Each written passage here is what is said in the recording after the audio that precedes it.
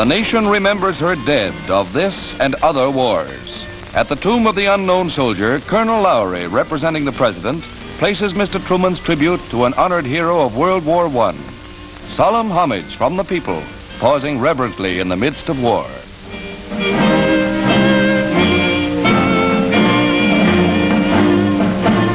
At a national cemetery in Brooklyn, as at others throughout the country, pilgrimages to the flower-bedecked graves prove anew that a grateful nation will never forget those who died that America might live.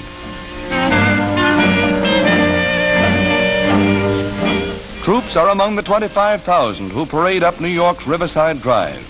The banner that has been carried through the years by our heroes flies proudly.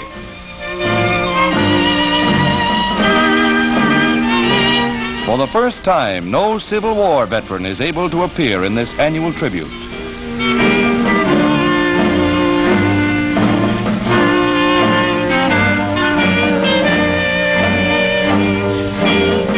A 100,000 take part in the impressive martial salute, reviewed by Mayor LaGuardia and other dignitaries.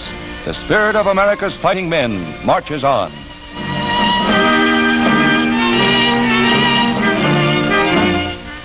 At Anzio, Italy, scene of one of our bloodiest landings, a group of Rangers pays a visit to the fields where they fought. Captured by the Germans and freed by the Russians in Poland, they're on their way home. First, they visit the cemetery where many of their buddies lay buried for a last silent farewell. Signal Corps cameras show that they have remembered. Memorial Day will be every day for them, for you can't forget the man who died at your side. Let us remember the best Memorial Day tribute we can pay. Work harder for final victory.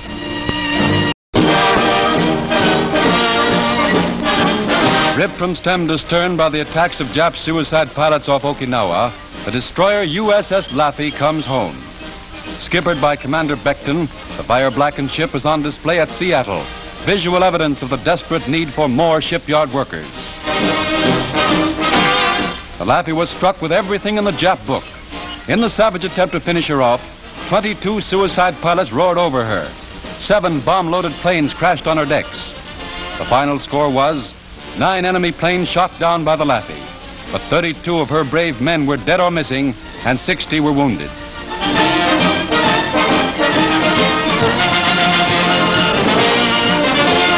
A Jap suicide boat, souvenir of the battle. 15,000 more workers are needed to repair ships damaged in the Pacific. Stay on the job until final victory.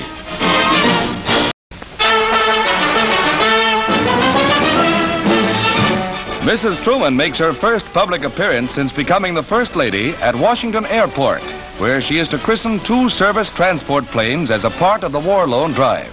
The planes were bought with Congressional Club bond sales. The First Lady gives the bottle a lusty swing, and with a little help, the plane is duly christened. The big ships are pitted for the evacuation of wounded. More bonds mean more planes.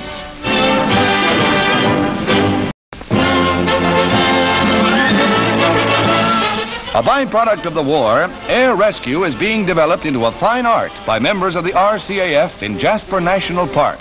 Special helmets and masks are used by these volunteers who undergo 14 weeks of strenuous training for forest rescue work.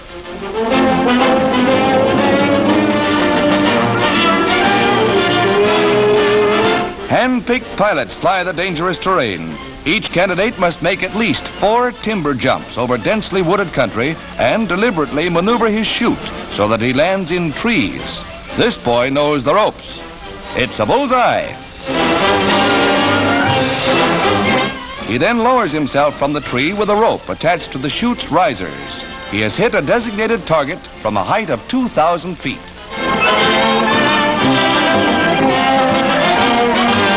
A thorough course in first aid lasting 6 weeks is part of the training, and getting the wounded back to civilization is an intricate and sometimes dangerous business.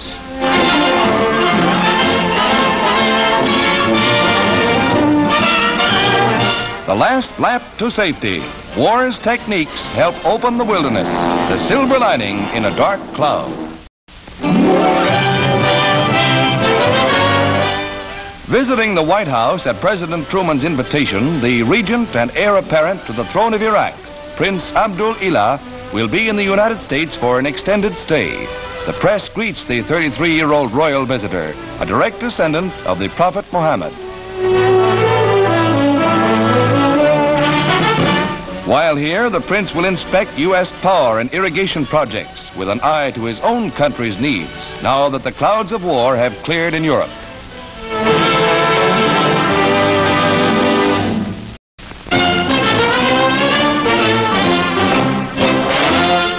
General Mark Clark, commander of America's fighting Fifth Army, arrives in Chicago, home of his boyhood, to receive a hearty welcome from the crowd at the airport. With Mayor Kelly, the hero of the bitter Italian campaign proceeds down Michigan Boulevard.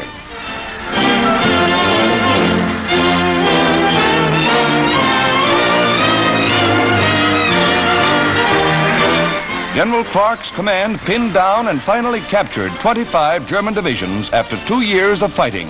Mrs. Clark bestows the warrior's reward.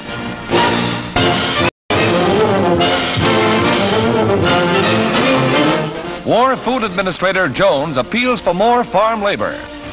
The need this year for town and city people to pitch in and help the farmer harvest and grow his crops is greater than ever before. Victory on one front does not mean there will be any less demand for food. In fact, the need will be even greater.